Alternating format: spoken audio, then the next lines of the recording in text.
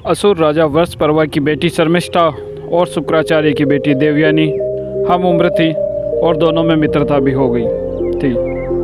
एक दिन अपनी सखियों के संग वन में खेलने गई। खेल कूद के बाद लड़कियां तालाब में स्नान करने लगी। इतने में ही जोरों की आंधी चली और सबके कपड़े उलट पुलट हो गए। लड़कियां नहाकर बाहर निकल आई और जो भी कपड़ा हाथ में आया उसे लेकर पहनने लगी। इसी हड़बड़ी में वृषपर्वा की बेटी शर्मिष्ठा ने अनजाने में ही देवयानी की साड़ी पहन ली। देवयानी को विनोद सूझा। उसने शर्मिष्ठा से कहा, अरे असुर पुत्री, क्या तुम्हें इतना भी पता नहीं कि गुरु कन्या का कपड़ा शिष्य की लड़की को नहीं पहनना चाहिए? सचमुच तुम बड़ी नासमझ हो। यद्यपि देवयानी को अपने ऊंचे कुल का घमंड जरूर था, लेकिन ये बात उसने मजाक में ही कही थी। पर राजकुमारी शर्मिष्ठा इस विनोद को समझ ना सकी। देवयानी की बात से शर्मिष्ठा के दिल को बड़ी चोट लगी। वह मारे क्रोध के आपे से बाहर हो गई और बोली, अरे भिखारिन, क्या बकती है? कहाँ तू और कहाँ मैं? क्या भूल गई कि मेरे पिताजी के सामने तेरा गरीब बाप हर रोज़ शीश नवाता है और उनके आगे हाथ फैलाते हैं। भिखारी की लड़की होकर तुझे किस बात का घमंड है? याद रख कि मैं उस राजा की कन्या हूँ जिसके लोग गुण गाते हैं, और तू उस दीन ब्राह्मण की बेटी है जो मेरे पिता का दिया खाता है। इस फेर में न रहना कि तू किसी ऊंचे कुल की है। मैं उस कुल की हूँ जो देना जानता है, लेना नहीं, और तू उस कुल की है जो भीख मांगकर निर्वाह करता है। एक दीन ब्राह्मण की ये मजाल कि वह मुझे तमीज़ सिखाए। धिक्कार है तुझे और तेरे कुल को। यो असुर राज कन्या देवयानी पर बरस पड़ी। उसके तीखे शब्द बाण देवयानी से सहे नहीं गए। वह क्रुद्ध हो उठी। राजकन्या और गुरु कन्या में झगड़ा बढ़ गया। देर तक तू मैं होती रही। आखिरकार हाथापाई तक की नौबत आई। ब्राह्मण की कन्या भला असुरराज की बेटी के आगे कहाँ ठहर सकती थी? शर्मिष्ठा ने देवयानी को जोर का थप्पड़ लगाया, उसे एक अंधे कुएं में धकेल दिया। देवयोग से कुआं सूखा था। असुर कन्या शर्मिष्ठा ये समझकर कि देवयानी मर चुकी होगी, महल लौट आई। देवयानी को कुएं में गिरने से बड़ी चोट आई। कुआं गहरा था, अतः वह अंदर पड़ी तड़पती रही। संयोग से भरत वंश के राजा ययाति शिकार खेलने जंगल में आए हुए थे। वह उधर से गुजरे। उन्हें प्यास लगी थी और वह पानी खोजते खोजते उस कुएं के पास पहुँचे। कुएं के अंदर झांका तो एकदम आश्चर्यचकित रह गए। कुएं के अंदर उन्होंने बजाय पानी के एक तरुणी को देखा।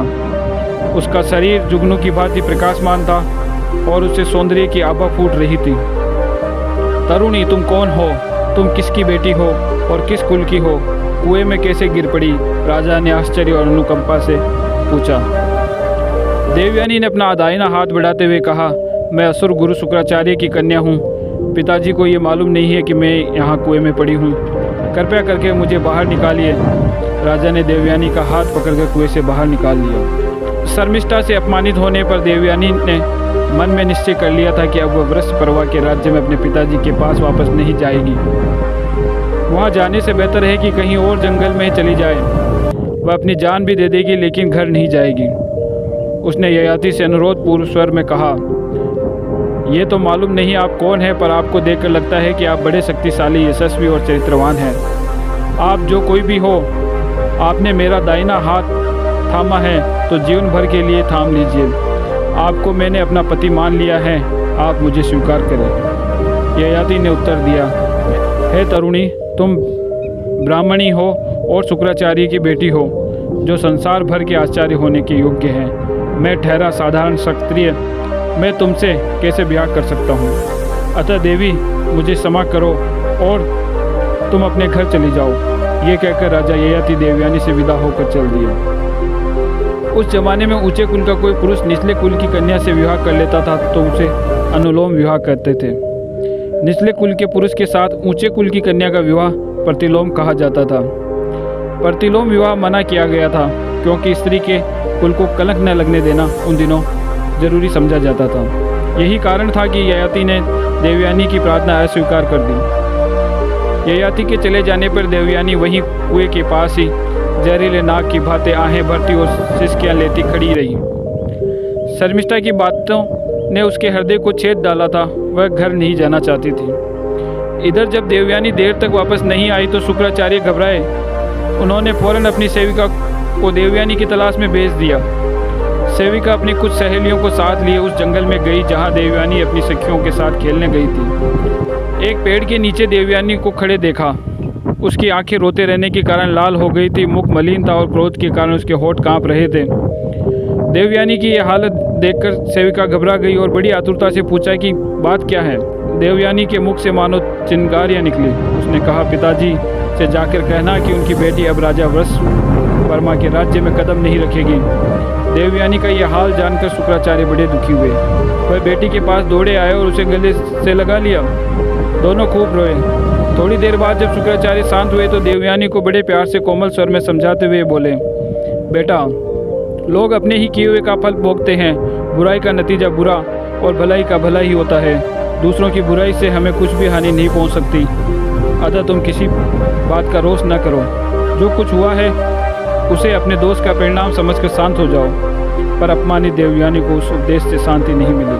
वह बोली, पिताजी, मुझ में दोष हो सकते हैं, लेकिन चाहे दोष हो या गुण, उन सबकी जिम्मेदारी अकेली मुझ पर ही है। दूसरों को उससे कोई मतलब नहीं। तब वृष वर्मा की लड़की को क्यों कहा कि तेरा बाप राजाओं की चापलूसी करता फिरता है और भिखारी है?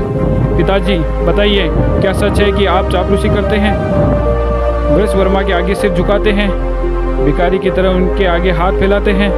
उस असुर की लड़की ने मेरा इतना अपमान किया, फिर भी मैं चुप रही, कोई प्रतिवाद नहीं किया। ऊपर से वह दानवी मुझे मार पीट कर और कुएं में धकेल कर चली गई।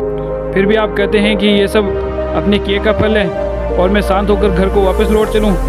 पिताजी, आप ही बताइए कि इतनी अपमानित होने के बाद मैं शर्मिष्ठा के पिता के राज्य में कैसे रह सकती हूँ?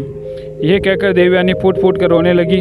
शुक्राचार्य देवयानी को समझाते हुए बोले, बेटी, वृष वर्मा की कन्या ने असत्य कहा है। निश्चित ही तुम किसी चापलूस की बेटी नहीं हो।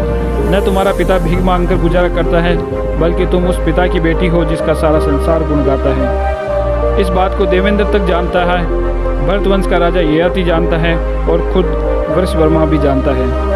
अपने मुंह से अपनी प्रशंसा करना अच्छा नहीं लगता, अतः मैं अधिक कुछ नहीं कहूँगा। तुम मेरे कुल के यश रूपी प्रकाश को बढ़ाने वाली कन्या रत्न हो। अब शांत हो जाओ और घर चलो। देवयानी को समझाते हुए शुक्राचार्य बोलते हैं, बेटी, जिसने दूसरों की कड़वी बातें सह ली, उसने मानो संसार विजय पा लिया है। मनुष्य के मन में जो क्रोध है वह अड़ियल घोड़े के समान है। घोड़े की बागडोर हाथ में पकड़ लेने भर से कोई घुड़सवार नहीं हो जाता। चतुर घुड़सवार वह है जो कि क्रोध रूपी घोड़े पर काबू। सांप जैसे केचुली को निकाल देता है, वैसे ही क्रोध को जो मन से निकाल सके वही पुरुष कहलाता है। दूसरों के द्वारा निंदा किए जाने पर जो दुखी नहीं होता वही पुरुष कहला सकता है। दूसरों के द्वारा निंदा किए जाने पर भी जो दुखी नहीं होता वही अपने यत्न में सफल हो सकेगा। जो हर महीने यज्ञ करते हुए 100 वर्ष तक दीक्षित रहे, उससे भी बढ़कर श्रेय उसी को है जिसने क्रोध पर विजय पा लिया है। जो बात बात पर बिगड़ता है, उसे नौकर क्या, मित्र क्या, पत्नी क्या, क्या भाई, सब छोड़कर चले जाते हैं। धर्म और सच्चाई तो एकदम ही उसका साथ छोड़ देते हैं। समझदार लोग बालकों की बातों पर ध्यान नहीं दिया करते। ये सुन देवयानी ने नम्र भाव से कहा, पिताजी, मैं यद्यपि उम्र में छोटी हूँ, फिर भी धर्म का कुछ मर्म तो जानती ही हूँ। क्षमा बड़ा धर्म है, ये मुझे मालूम है। फिर भी जिनमें सील नहीं, जो कुल की मर्यादा नहीं जानते, उनके पास रहना कहाँ का धर्म है? समझदार लोग ऐसे लोगों के साथ कभी नहीं रहते जो कुल की निंदा करते हैं। कुलवानों की इज्जत करना जिन्हें नहीं आता, जिनमें सील नहीं है, जिनका व्यवहार सज्जन उचित नहीं है, वे चाहे संसार भर के धनी हो फिर भी चांडाल ही समझे जाते हैं। सज्जनों को ऐसे लोगों से दूर ही रहना चाहिए। तलवार के घाव पर मरहम लग सकता है, किंतु शब्दों का घाव जीवन भर नहीं बरसता। वृष पर्वा की कन्या की बातों से मेरे शरीर में आग सी लग गई है। जैसे पीपल की लकड़ी रगड़ खाकर जल उठती है, वैसे ही मेरा मन जल रहा है। अब मैं शांत कैसे हूँ? देवयानी की ये बातें सुनकर शुक्राचार्य के माथे पर बल पड़ गए। वह वहाँ से सीधे असुर राज वर्ष पर्वा की सभा में गए। उनका मुख क्रोध से लाल हो रहा था। वर्ष पर्वा को सिंहासन पर बैठा देखकर बोले, राजन, पाप का फल तत्काल ही चाहे न मिले पर मिलता जरूर है, और वह पापी के वंश को जड़ों सहित काट देता है। और तुम पाप के रास्ते पर निकल पड़े हो। बृहस्पति का पुत्र कच्छ ब्रह्मचर्य व्रत का पालन करता हुआ प्रेम से मेरी सेवा टहल करके शिक्षा पा रहा था। उस निर्दोष को तुमने कहीं बार मरवाया, तब भी मैं चुप रहा। पर अब क्या देखता हूँ, मेरी प्यारी बेटी देवयानी, जो कि आत्माभिमान को प्राणों से भी अधिक समझती है, तुम्हारी लड़की ने उसे अपमानित किया और मार पीट कर कुएं में धकेल दिया। यह अपमान देवयानी के लिए असहनीय है। उसने निश्चय किया है कि अब वह तुम्हारे राज्य में नहीं रहेगी, और तुम जानते हो वह मुझे प्राणों से भी अधिक प्रिय है। सो उसके बिना मैं यहाँ नहीं रह सकता, अतः मैं भी तुम्हारा राज्य छोड़कर जा रहा हूँ। आचार्य की बातें सुनकर वर्ष पर्वा तो हक्का बक्का रह गया। वह नम्रता से बोला, गुरुदेव, मैं निर्दोष हूँ। आपने जो कुछ कहा उन सब बातों से मैं अपरिचित हूँ। आप मुझे छोड़ जाएंगे तो मैं पल भर भी जीवित नहीं रह सकूँगा। मैं आग में कूदकर मर जाऊँगा। शुक्राचार्य दृढ़तापूर्वक बोले, तुम और तुम्हारे दानवगण चाहे आग में जल मरो, चाहे समुद्र में डूब मरो, जब तक मेरी प्राण प्यारी बेटी का दुख दूर न होगा, मेरा मन शांत नहीं होगा। जाकर मेरी बेटी को समझाओ, अगर वह मान जाती है तो मैं भी यहीं रह सकता हूँ, वरना नहीं। राजा वर्ष पर वह सारे परिवार के साथ देवयानी के पास गया, उसके पांव पकड़कर क्षमा मांगी। देवयानी दृढ़ता के साथ बोली, तुम्हारी लड़की शर्मिष्ठा ने मेरा बुरी तरह से अपमान किया है और मुझे भिखमंगे की बेटी कहा। इस कारण उसे मेरी नौकरानी बनकर रहना मंजूर हो, और पिताजी जहाँ मेरा विवाह करे वहाँ मेरी दासी बनकर मेरे साथ जाने को राजी हो, तो मैं तुम्हारे राज्य में रह सकती हूँ, अन्यथा नहीं। असुर राज को देवयानी की शर्तें माननी पड़ी। उसने अपनी बेटी शर्मिष्ठा को बुलावा भेजा और उसे सारी बात समझाई। शर्मिष्ठा ने अपना अपराध स्वीकार कर लिया। उसने शर्म से आंखें नीची करके कहा, सखी, देवयानी की इच्छा पूरी हो। ऐसा न हो कि मेरे अपराध के कारण पिताजी आचार्य को गंवा बैठे। गुरुपुत्री की दासी बनकर रहना मुझे स्वीकार है। तब जाकर देवयानी का क्रोध शांत हुआ और वह पिता के साथ नगर को लौटी। इस घटना के कई दिन बाद राजा ययाति से जंगल में देवयानी की दोबारा भेंट हुई। देवयानी ने उन पर अपना प्रेम प्रकट किया और कहा, जब एक बार आप मेरा दाहिना हाथ पकड़ चुके हैं तो फिर आप मेरे ही पति हैं। आप मुझे अपनी पत्नी स्वीकार कर ले। परंतु ययाति ने फिर इनकार कर दिया। उन्होंने कहा, क्षत्रिय होकर ब्राह्मण कन्या से विवाह करने की हिम्मत मुझ में नहीं है। तब देवयानी उन्हें साथ लेकर पिता के पास गई और विवाह के लिए पिता की अनुमति लेकर ही मानी। ब्राह्मण पुत्री देवयानी का क्षत्रिय राजा ययाति के साथ बड़ी धूमधाम से विवाह हो गया। ययाति और देवयानी का विवाह इस बात का सबूत है कि आम रिवाज न होते हुए भी प्रतिलोम विवाह उन दिनों हुआ करते थे। शास्त्रों में ये जरूर कहा गया है कि अमुक कार्य उचित है और अमुक नहीं, किंतु अगर सबके पसंद हो तो शास्त्रोक्त न होने पर भी लोग प्राय उसे सही मान लिया करते हैं। देवयानी ययाति के रनिवास में आ गई और शर्मिष्ठा उसकी दासी बनकर उसके साथ रहने लगी। इस प्रकार ययाति और देवयानी कई वर्षों तक सुख चैन से रहे। इस बीच एक दिन शर्मिष्ठा ने राजा ययाति को अकेला पाकर उनसे प्रार्थना की कि वह उसे भी अपनी पत्नी बना ले। ययाति ने उसकी प्रार्थना मान ली और उसके साथ गुप्त रूप से विवाह कर लिया। देवयानी को इस बात का पता न चलने दिया, लेकिन चोरी आखिर कहाँ तक छिपती है, एक न एक दिन तो सामने आता ही है। देवयानी को एक दिन पता चल ही गया कि शर्मिष्ठा उसकी सोच बनी हुई है। ये जानकर वह मारे क्रोध के आपे से बाहर हो गई। रोती पीटते अपने पिता के पास दौड़ी गई और शिकायत की कि राजा ययाति ने वचन भंग किया है और शर्मिष्ठा को उसने अपनी पत्नी बना लिया है। ये सुनकर शुक्राचार्य जी को भी बड़ा क्रोध आया। उन्होंने श्राप दिया कि राजा ययाति इसी घड़ी बूढ़े हो जाए। उनका श्राप देना था कि ययाति को बुढ़ापे ने आ घेरा। वह अभी अधेड़ उम्र के ही थे, जवानी उनकी बीती नहीं थी और बुढ़ापा आ गया। वह शुक्राचार्य के पास दौड़े आए और उनसे क्षमा मांगी और श्राप मुक्ति के लिए बहुत अनुनय विनय किया। शुक्राचार्य को उनके हाल पर दया आई। सोचा, आखिर मेरी कन्या को इसी ने कुएं से बाहर निकाला था, उसकी जान बचाई थी।